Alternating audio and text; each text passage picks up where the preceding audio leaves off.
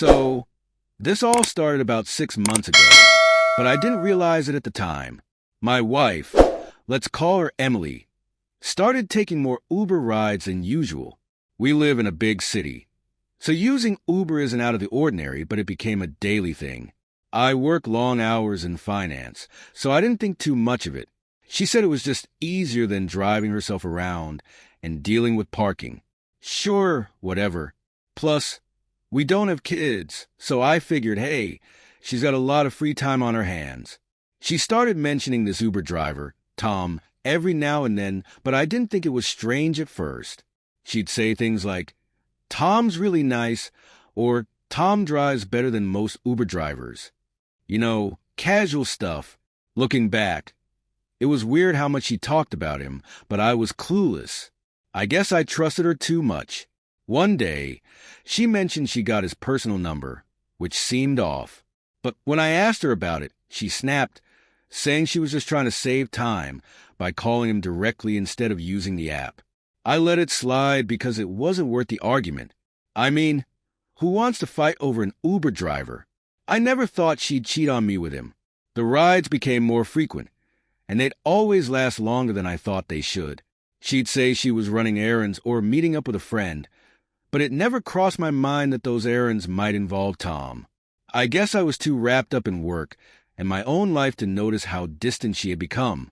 Then she started going out more at night, random girls' nights or late gym sessions. I thought she was just trying to stay social, but something felt off. She'd come back home acting weird, overly cheerful, almost like she was putting on a show. I asked her if everything was okay between us, and of course, she lied straight to my face saying, "Everything's fine. Why are you being so paranoid?" I shrugged it off, thinking maybe I was overreacting, but the nagging feeling wouldn't go away. So after that weird conversation, I started paying a little more attention. Nothing crazy, just observing. The late nights kept happening, and her excuses got lazier. Once, she told me she went to the gym, but when I asked her what workout she did, she couldn't even come up with a solid answer. Just, the usual stuff. I mean, come on. At that point, I knew something was up, but I didn't want to believe it. This is my wife we're talking about. We've been together for 6 years, married for 3. I didn't think she'd ever betray me like that. But the more I thought about it, the more the pieces didn't add up. Then one night, she came back around 1 a.m., claiming she had been at a friend's house watching a movie. She reeked of alcohol and had this nervous energy about her. I asked her how the movie was, and she rolled her eyes, like she was annoyed I even asked. It was fine, just a rom-com. You wouldn't be interested. Her phone kept buzzing, and when I glanced over, I saw a notification from Tom. I casually asked, "Why is Tom texting you at 1 a.m.? And she immediately flew into this defensive mode. "Why are you checking my phone now? Are you that insecure?" I wasn't checking her phone. The damn thing lit up right in front of me. But she turned it around on me, like I was the crazy one. This was the first real fight we had about it, and I could feel something was seriously wrong. I still didn't have concrete proof, but her overreaction was a red flag. I didn't press it that night. She stormed off to bed, leaving me on the couch with this gut feeling that something was going on. I knew I couldn't keep ignoring it, but the weirdest thing happened the next morning. She was acting completely normal again, like the fight never happened. She made breakfast, kissed me on the cheek, and even said, "I'm sorry if I was bitchy last night. I was just tired." And just like that, I second-guessed everything again. Was I making this bigger than it was? Was I really paranoid? Still, I couldn't shake the feeling. I started to think about the next steps, what I should do to get the truth. After that night, I knew I couldn't just let it go. Something wasn't sitting right with me, so I started paying more attention to her schedule, trying to catch any inconsistencies. I wasn't stalking her or anything, but I figured if something was going on, she'd slip up eventually. One day, she told me she was going to a yoga class around 7 p.m. I was already suspicious because she'd never mentioned yoga before. I casually asked her where the class was, and she gave me some vague answer about it being on the other side of town. She was already rushing out the door, so I didn't push it. But something told me to follow her. I waited about 10 minutes after she left, then hopped in my car and followed her. She didn't go to the yoga studio. Instead, she drove to a random parking lot near a coffee shop. I parked a little ways off, close enough to see but far enough that she wouldn't notice me. And that's when I saw him. Tom, the Uber driver. He pulled up in his car, and she hopped right in the front seat like they were old friends. No, not friends. More like lovers. I stayed in my car, heart racing. I couldn't believe what I was seeing, but there it was. They didn't go anywhere, just sat there in his car for a good 15 minutes. I couldn't see everything, but they were definitely talking and laughing. She was completely comfortable with him, even leaning over the console, touching his arm like she'd done it 1,000 times. After that, they drove off together, and I lost them in traffic. But I knew what I saw. It wasn't some innocent chat with a driver. She wasn't going to yoga. She was seeing him. When she came home that night, she acted like nothing had happened. She had the nerve to say, "Yoga was great. You should come with me sometime." I had to bite my tongue to keep from blowing up right there. But I knew it was time to dig deeper. The next day, while she was in the shower, I went through her phone. I'm not proud of it, but I needed proof. And what I found was worse than I imagined. There were dozens of texts between her and Tom, flirty messages, late-night texts, and even plans to meet up at random spots around the city. She'd been seeing him for weeks, maybe longer. The worst part, she even lied to him about me. She'd told him that our marriage was on the rocks, that I was emotionally distant, and that she was only staying with me for financial reasons. Reading those messages made me sick to my stomach. This was a woman I thought I knew, but it was like I was seeing a whole different person. When I confronted her that night, she lost it, full-blown hysterical, screaming at me like I was the bad guy for going through her phone. She denied everything, even with the text right in front of her. "He's just a friend. You're making this all up. You're crazy," she yelled, storming out of the room like she was a victim. But now I had the proof. I wasn't crazy. I decided then and there that I couldn't stay with her. This wasn't just about the affair anymore. It was the lies, the manipulation, and the gaslighting. She had completely disrespected our marriage, and I knew I had to end it. But first, I needed one last piece of undeniable evidence. After the confrontation, things at home were tense. Emily acted like everything was fine, like we hadn't just had a blowout about her affair with the Uber driver. But now, every time she looked at me, all I could see was the lies. She was trying to sweep it under the rug, pretending like she wasn't cheating on me. It was infuriating, but I kept my cool. I needed to be smart about this. I started planning my next move. I didn't just want to confront her again. I wanted undeniable proof, something she couldn't talk her way out of. That's when I decided I'd catch her in the act. If she was stupid enough to keep seeing this guy after everything, I knew I'd eventually catch her red-handed. So, I started keeping track of her trips. Every time she said she was going somewhere, I'd check the Uber app. It took a few days, but I finally saw the pattern. She was always requesting rides with Tom, and the destinations didn't match up with the places she said she was going. It was like she didn't even care if I found out. Arrogant.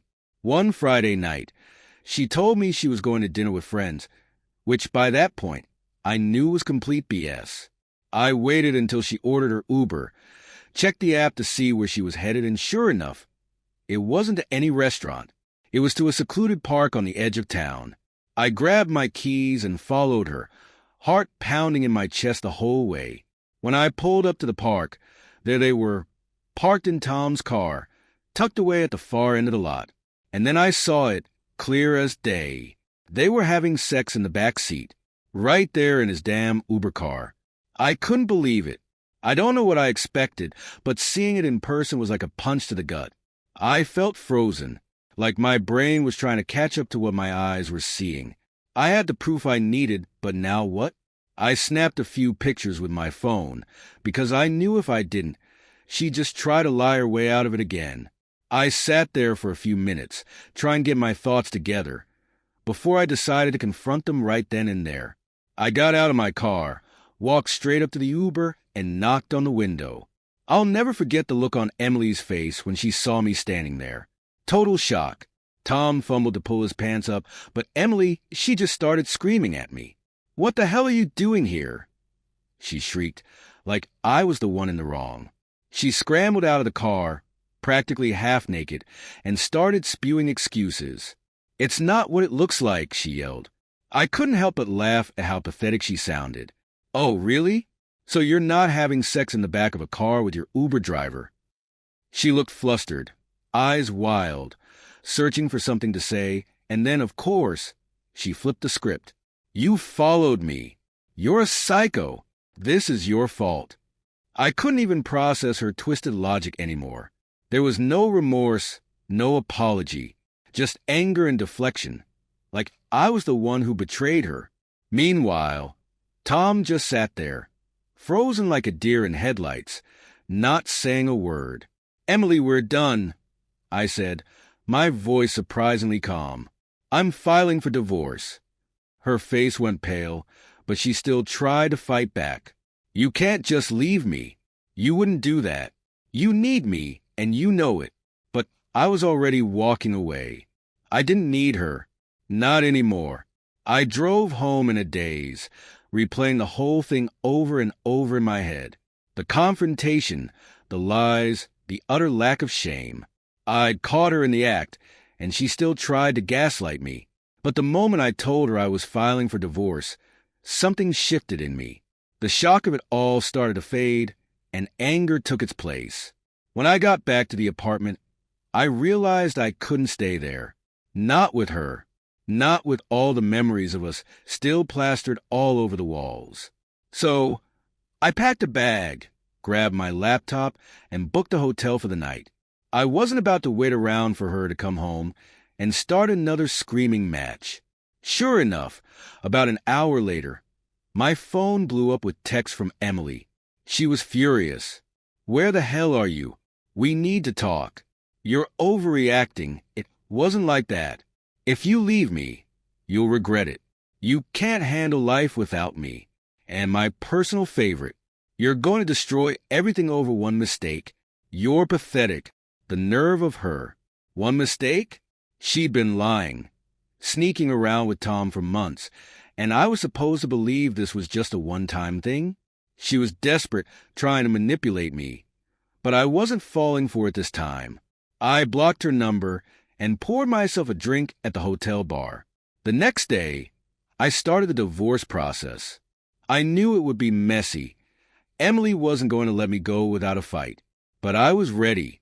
I met with a lawyer and told him everything, showed him the texts, the pictures.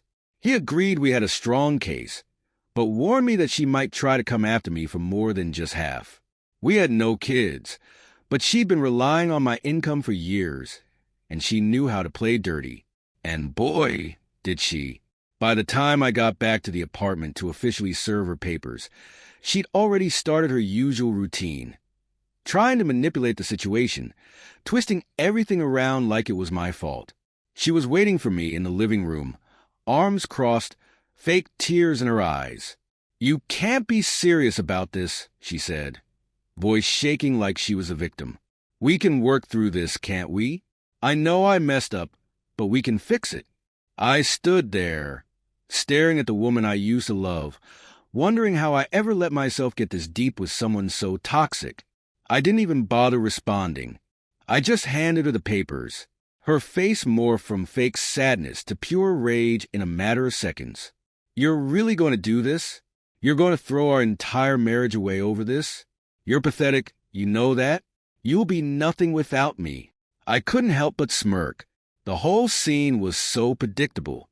This was the same woman who'd cheated on me with an Uber driver, having sex in the back of his car. And now she was acting like she was irreplaceable. "You're right about one thing," I said. "I'll be nothing without you, nothing but free." That sent her over the edge. She started throwing stuff, lamps, books, anything she could get her hands on, and screaming hysterically. "You'll regret this. You're going to end up alone. No one will ever love you like I did. I didn't stick around for the rest of her tantrum. I walked out the door, leaving her and all the chaos behind. It was finally over, or so I thought. But little did I know, the worst was yet to come. After serving Emily the divorce papers, I thought the worst was behind me. I was finally starting to feel a sense of relief, even a bit of freedom. But that relief was short-lived. A few days later, I got hit with a barrage of legal documents from Emily's lawyer.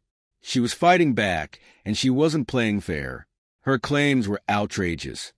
She accused me of emotional abuse, saying I was the one who pushed her into the arms of Tom. She was demanding spousal support, claiming I was financially abusive and that I had driven her to cheat. I was stunned. The lies she was spreading were unbelievable.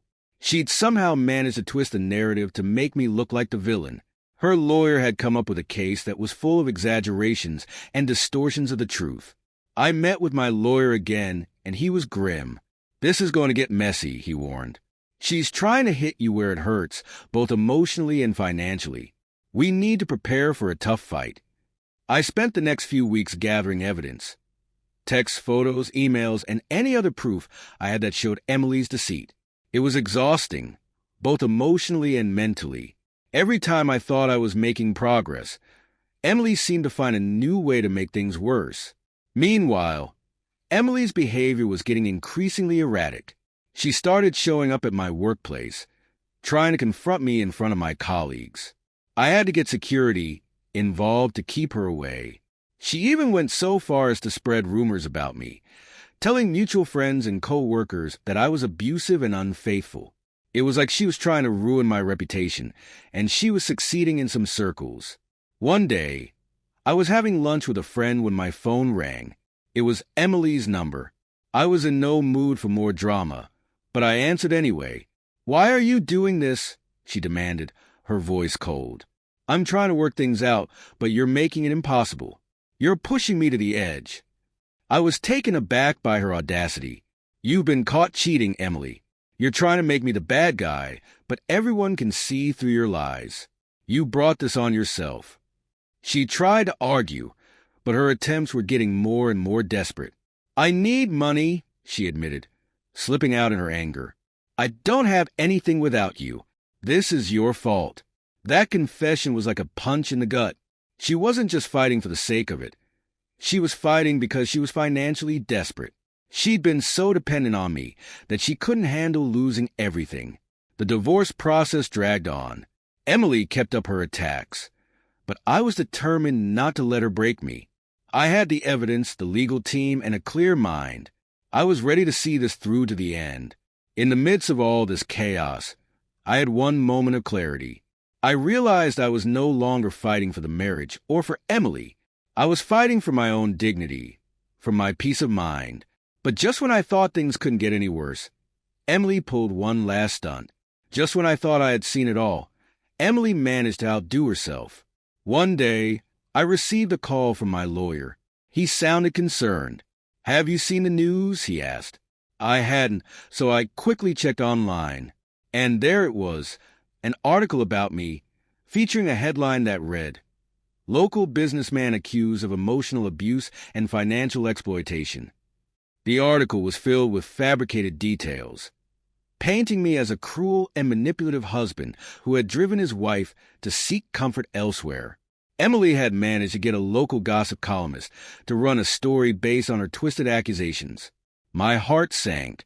I was furious, not just because of the lies, but because this article was damaging my reputation and making me look like a monster. I was facing potential backlash from friends, colleagues, and even clients. This was more than just a personal attack. It was an attempt to ruin my life. I called my lawyer immediately. "We need to take action. This is defamation." My lawyer agreed and advised me to issue a public statement to clear my name. We drafted a response, detailing the facts and presenting my side of the story. It was important to address the article head-on, and I made sure to emphasize the truth and the evidence we had against Emily's claims. Meanwhile, Emily wasn't backing down. She continued her barrage of accusations, adding more layers of deceit to her story.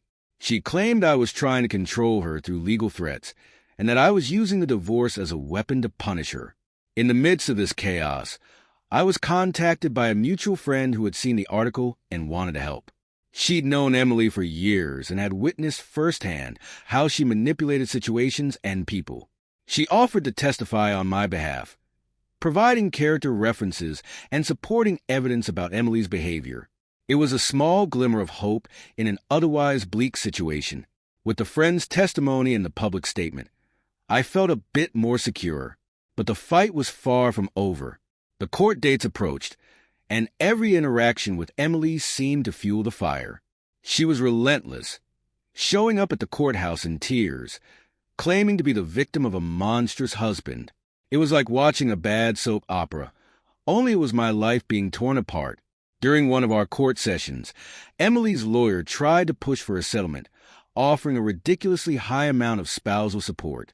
It was clear she was trying to use the public scandal as leverage, but I refused to be intimidated. I wasn't going to let her win this battle through sheer manipulation and deceit. The final hearing was intense. Emily's hysterics and fabrications were met with solid evidence and testimony from my side. I could see the cracks in her story, the desperate attempts to cling to her lies. The judge seemed unimpressed with her antics, and for the first time, I felt like justice might actually be served. But the case wasn't over yet. I knew Emily would fight until the very end. Her desperation was palpable, and her next move was anyone's guess. I just hoped that the truth would prevail, and that I could finally put this nightmare behind me. As the final hearing approached, I was mentally preparing for the worst. Emily was relentless, and her lies were starting to take a toll on me. I was exhausted from the constant legal battles and public scrutiny, but I was determined to see this through. Then, a few days before the court date, something unexpected happened. I received an anonymous package at my apartment. Inside was a file containing detailed evidence of Emily's ongoing affair with Tom, including photos, text exchanges, and even a recording of a phone call between them. I was stunned. How had someone managed to get this evidence? And why was it being sent to me now? I immediately took the file to my lawyer. He was as shocked as I was, but he agreed that this could be a game changer. The evidence was damning. It included not just the affair details, but also showed how Emily had been manipulating Tom to cover up her deceit. There were conversations where she talked about how she was trying to destroy me and get as much money as possible. The final piece was a recording of Emily's voice, candidly discussing her plans to use the affair as leverage in the divorce. We decided to present this new evidence in court. It was a risky move, but it was too significant to ignore. The day of the hearing arrived, and I walked into the courtroom feeling a mix of anxiety and hope. Emily was there, of course, playing her role as a victim. She was still clinging to her story, but I could tell she was nervous. Her lawyer's confidence was slipping. When it was my turn to present the new evidence, the courtroom was silent. Emily's face turned ashen as the details of her affair were laid out in front of everyone. The recording was played, and you could hear the shock in the room as her manipulative plans were exposed. Emily tried to deny everything, but it was too late. The evidence was undeniable. Her lawyer struggled to refute the claims, and the judge seemed increasingly disillusioned with Emily's entire case.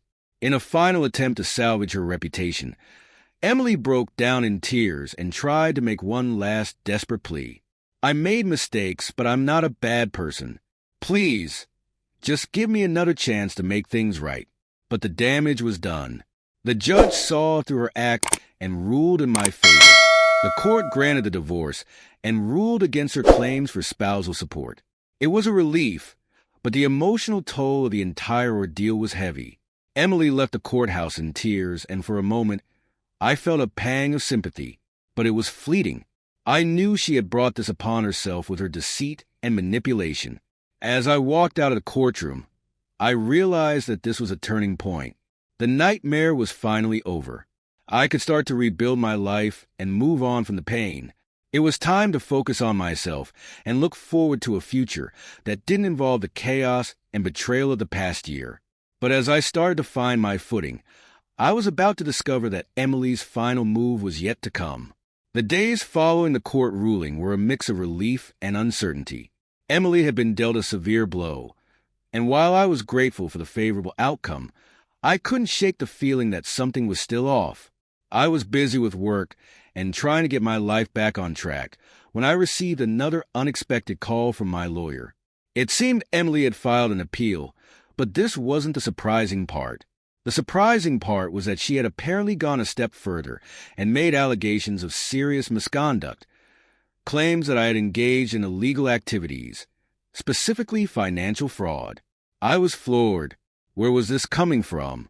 Emily had clearly hit rock bottom and was now grasping at straws. Her new allegations were baseless, but they were serious enough that they required an immediate response. My lawyer assured me that these claims were unfounded and that we had solid evidence to counter them. Nevertheless, it was a new hurdle to overcome, and it meant more time and effort spent defending myself. Emily's new accusations came with a lot of media attention. The financial fraud claims were sensationalized, and soon enough, the press was all over the story. My reputation, which I had just begun to repair, was back under siege. One afternoon, while dealing with the stress of the ongoing legal battles and the media frenzy, I got a call from an old friend. He worked as an investigative journalist and had been following the case closely. He revealed that he had uncovered some new information about Emily and Tom. Apparently, Emily wasn't just trying to get sympathy or financial gain. She and Tom had been involved in a larger scheme. It turned out Tom had been using Emily to gather information on me, hoping to blackmail me into a settlement or ruin my reputation further. Emily's involvement in this scheme was more extensive than I'd realized. My friend provided me with evidence, emails, documents, and recordings of conversations between Emily and Tom discussing their plans to frame me for financial crimes. This was a revelation that changed everything. Not only had Emily cheated on me and tried to manipulate the divorce process, but she was also involved in a criminal conspiracy to further her own ends. I handed over this new evidence to my lawyer, who was shocked but relieved. We took it to court as part of the ongoing case, and it shifted the focus dramatically. The judge was furious with Emily's attempts to defraud and manipulate, and it led to a significant legal and criminal investigation into her and Tom's actions. The additional evidence not only solidified my position in the divorce, but also exposed Emily and Tom's scheme for what it was. The media, initially focused on the sensational fraud claims, shifted their focus to the real scandal, Emily's criminal conspiracy. Emily's world came crashing down. She faced legal consequences beyond the divorce, and her reputation was irreparably damaged. Tom, too, was implicated in the fraud scheme and faced serious legal repercussions. In the end, the case was resolved in my favor, and I could finally put the past behind me. The ordeal had been draining, but I was grateful for the support of my lawyer, my friend, and the new understanding of the full extent of Emily's betrayal. The entire experience was a harsh lesson in trust and deception, but it was also a reminder of the importance of standing firm in the face of adversity. I was ready to move forward, knowing that the worst was behind me. But as life started to return to normal, a new chapter was about to begin. The aftermath of Emily's downfall was a whirlwind. With the legal battles behind me and the media frenzy finally settling down, I found myself with an unexpected amount of free time. I was eager to get back to a normal life, but I realized I needed to take some time to rebuild and reflect. The first thing I did was focus on my own well-being. The stress and anxiety of the past year had taken a toll on me, and I knew I needed to find ways to heal. I started seeing a therapist to work through the emotional impact of the betrayal and the endless legal battles. It was incredibly helpful, allowing me to process my feelings and begin to move forward. I also decided to take some time off work. I'd been so consumed with the legal fight and the media circus that I'd neglected my personal interests. So, I took a trip to a small, serene town where I could disconnect from the chaos and reconnect with myself. It was a time of solitude and reflection, and it helped me gain a new perspective on life. During this period, I received messages from friends and acquaintances who had stood by me through the ordeal. Their support was invaluable, and it reminded me of the importance of having a strong support network. I took the opportunity to reconnect with those who had been there for me, strengthening relationships that had been strained during the tumultuous times. As I began to feel more centered, I also started to think about the future. I had been so focused on surviving the legal battles that I hadn't given much thought to what came next. I realized that I wanted to pursue passions and interests that I'd put on hold. I started exploring new hobbies, taking up painting and hiking, things I had always wanted to do but never had the time for. One day, as I was enjoying a hike through a beautiful trail, I had a moment of clarity. I realized that while the experience had been incredibly painful, it had also taught me valuable lessons about trust, resilience, and the importance of self-worth. I knew I was stronger for having gone through it, and I was determined not to let it define me. I also began to think about relationships and what I wanted in the future. The betrayal had been a harsh lesson, but it had also shown me the importance of finding someone who truly values honesty and respect. I wasn't ready to jump into a new relationship just yet, but I was open to the possibility of finding love again when the time was right. As time passed, the wounds from the past began to heal, and I started to see a future that was full of potential. The experience had been a harsh one, but it had also given me the opportunity to rebuild my life on my own terms. I was ready to embrace this new chapter with optimism and a renewed sense of purpose. Life had thrown me a curveball, but I was determined to make the most of it. But just as I was starting to feel settled, a new development emerged, one that would bring unexpected challenges and opportunities. Just as I was starting to enjoy a semblance of normalcy and peace, an unexpected opportunity knocked on my door. It came in the form of an email from a former colleague who had recently launched a nonprofit organization focused on helping individuals who had been through traumatic experiences and were seeking to rebuild their lives. The email was an invitation to join their board of directors. The organization was looking for someone with experience in business and personal resilience, and my colleague thought I would be a perfect fit. Initially, I was surprised by the offer. It seemed like a significant shift from my previous career, but the idea of helping others who were going through difficult times resonated with me. I took some time to think about it, weighing the pros and cons. The nonprofit world was new to me, but the chance to use my experiences to make a positive impact was compelling. After discussing it with my therapist and some trusted friends, I decided to accept the invitation. Joining the board was both challenging and rewarding. It involved strategic planning, fundraising, and direct involvement with individuals seeking support. I was able to contribute my skills and experiences in a meaningful way, and it felt incredibly fulfilling to be part of something that was helping others navigate their own struggles. Through the nonprofit, I met a diverse group of people who were passionate about making a difference. It was refreshing to be surrounded by individuals who were dedicated to positive change. I formed new friendships and professional connections, which helped me continue to grow and heal.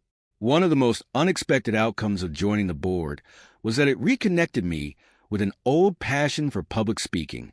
I started giving talks about resilience and recovery, sharing my story in a way that was both therapeutic for me and inspiring for others. It was amazing to see how my experiences could help motivate and support people who were dealing with their own challenges. As I settled into my new role, I found that it also gave me a renewed sense of purpose. It was a stark contrast to the turbulent past year, and it allowed me to focus on building a future that was both meaningful and fulfilling. Just when I thought things were starting to stabilize, another surprise came my way. A former colleague and friend, who had been following my journey, reached out with a proposal to collaborate on a book about overcoming adversity and rebuilding after betrayal. It was an opportunity to share my story with a broader audience and offer practical advice based on my experiences. The idea of writing a book was both exciting and daunting. It would require delving into my past and reliving some painful memories, but it also presented a chance to help others in a profound way. After some consideration, I agreed to collaborate on the project, eager to turn my experiences into something that could offer hope and guidance to those who needed it. As I embarked on this new project, I felt a renewed sense of optimism. Life had been unpredictable and challenging, but I was learning to embrace its twists and turns. The journey was far from over, but I was ready to face whatever came next with a sense of purpose and resilience. But as the book project began to take shape, a new, unexpected development emerged that would once again shift the course of my life. As the book project gained momentum, I was deeply immersed in the writing process, reliving past experiences and reflecting on the journey. The process was cathartic, but it also kept me busy and focused. Amid the whirlwind of deadlines and drafts, I received an unexpected phone call that would once again change the trajectory of my life. It was from an old friend from college, Sam. We hadn't spoken in years, and I was pleasantly surprised to hear from him. Sam had been working in the tech industry and had recently returned to town for a project. He wanted to catch up and invited me to dinner. I agreed, curious to see how he'd been and eager to reconnect. We met at a cozy restaurant, and the conversation quickly flowed. Sam was as charming and engaging as ever, and we reminisced about old times and caught up on each other's lives. During our conversation, Sam mentioned that he had been following my recent challenges through social media and news. He was genuinely supportive and impressed by how I had handled everything. I was touched by his kind words and appreciated the break from the intensity of my current life. As the evening progressed, Sam revealed that he was involved in a new venture, an innovative tech startup focused on developing tools for personal growth and mental well-being. He knew about my work with the nonprofit and my book project and thought there might be an opportunity for collaboration. The idea was to integrate some of the insights and strategies from my experiences into their platform, offering users practical tools for overcoming adversity. The proposal intrigued me. It was a chance to blend my experiences with cutting-edge technology, reaching a broader audience, and providing valuable resources for people facing their own challenges. After some discussion, we agreed to explore the possibility of working together. In the weeks that followed, I worked closely with Sam and his team. The project was ambitious, combining my personal insights with their technological expertise to create a series of interactive tools and resources. It was an exciting and fulfilling endeavor, and it allowed me to continue making a difference in a new and innovative way. The collaboration also rekindled my friendship with Sam. We spent more time together, both professionally and personally. It was refreshing to reconnect with someone who had known me before all the recent turmoil, and who was genuinely supportive of my efforts. Through this new venture, I found renewed purpose and motivation. The experience was a reminder that life had a way of presenting unexpected opportunities, and sometimes the best things come from the most unexpected places. As I continued to work on the book, the tech project, and my role with the nonprofit, I felt a growing sense of balance and fulfillment.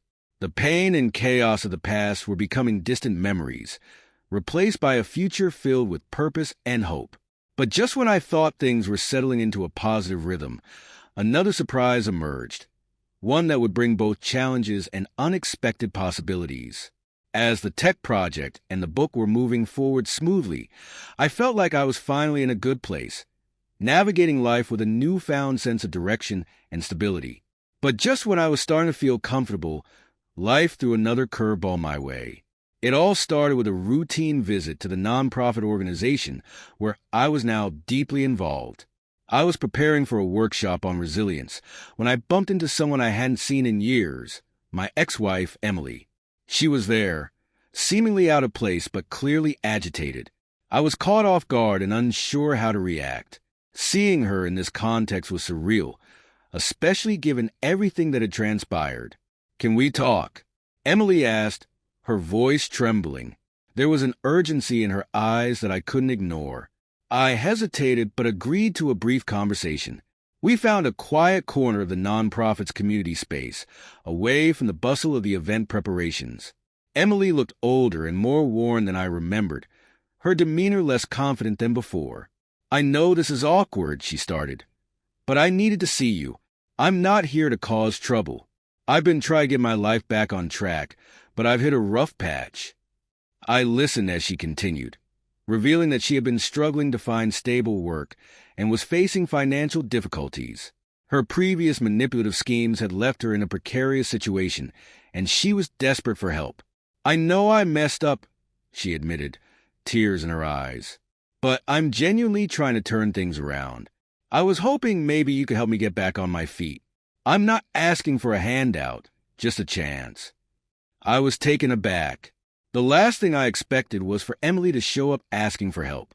My initial reaction was one of skepticism and anger. After everything she had put me through, it was hard to see her as anything other than the manipulative person I had known. But as I listened, I realized that this wasn't just about my past with Emily. It was about whether or not I could find it in myself to offer compassion and support despite the pain she had caused. "I'm willing to help," I said cautiously. "But I need to be clear, this is not about forgetting the past or absolving what happened. It's about offering a chance for you to make a genuine change." Emily nodded, her relief palpable. She agreed to participate in a mentorship program through the nonprofit, where she could work on personal development and job skills. It wasn't a direct handout, but it was a way for her to access resources that might help her rebuild her life. Over the following months, Emily participated in the program, with varying degrees of commitment. It was clear she was trying, but old habits and unresolved issues still lingered. Watching her struggle and make occasional progress was a reminder of the complexities of human behavior and the challenges of change. Throughout this process, I found myself wrestling with mixed feelings. On one hand, I felt a sense of closure and fulfillment in helping someone who had once been a significant part of my life. On the other hand, it was a constant reminder of the betrayal and heartbreak that had been a part of our past. The unexpected encounter with Emily became a chapter of its own, adding depth to the journey of recovery and self-discovery I had been on. It was a reminder that life was unpredictable and that sometimes the most challenging situations could offer opportunities for growth and understanding. As I continued to balance my work with the nonprofit, the tech project, and the book, I faced each day with a renewed sense of purpose and a greater understanding of the complexities of forgiveness and personal growth. But just as things seemed to be settling into a new rhythm, another twist in the story emerged, leading me to confront another unexpected challenge. The months of working with Emily and managing my various projects had brought a surprising sense of stability and purpose to my life. However, just as I was beginning to find comfort in this new routine, a new and unforeseen threat emerged. It all began when I started receiving ominous messages. At first, they were just cryptic texts and emails, vague threats and unsettling comments. I dismissed them as the work of a prankster or someone with too much time on their hands. But as the messages became more frequent and specific, I realized there was something more serious at play. The messages were increasingly hostile and personal, referencing details about my life that only someone with insider knowledge would know. They seemed to be an attempt to intimidate or harass me, but I had no idea who might be behind them. One evening, after receiving a particularly alarming message, I decided to report the situation to the authorities. I met with a detective who took my case seriously. They assured me that they would investigate, but given the nature of the threats, it could take some time. Meanwhile, the harassment intensified. The messages started appearing in various forms: anonymous phone calls, handwritten notes left at my apartment, and even strange people showing up at my workplace asking about me. It was clear that someone was determined to make my life difficult. The situation became increasingly unsettling. I began to worry for my safety and that of my close friends and family. I took precautions, such as changing my daily routines and increasing security measures around my home and workplace. Despite these efforts, the sense of being watched and targeted was inescapable. The investigation into the threats was slow but steady.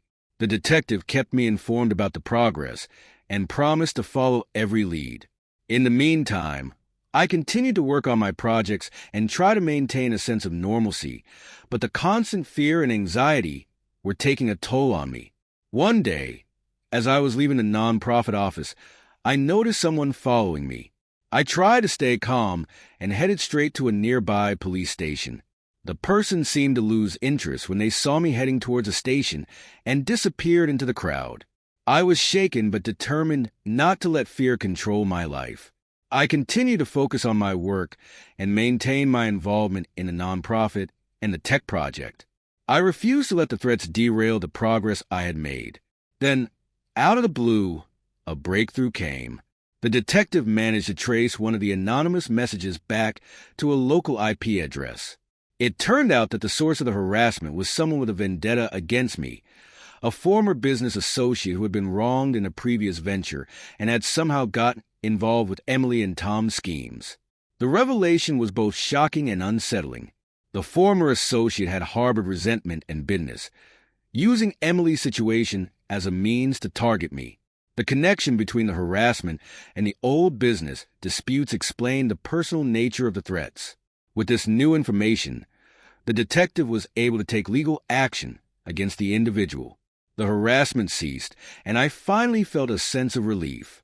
The experience had been harrowing, but it underscored the importance of vigilance and resilience in the face of unexpected challenges.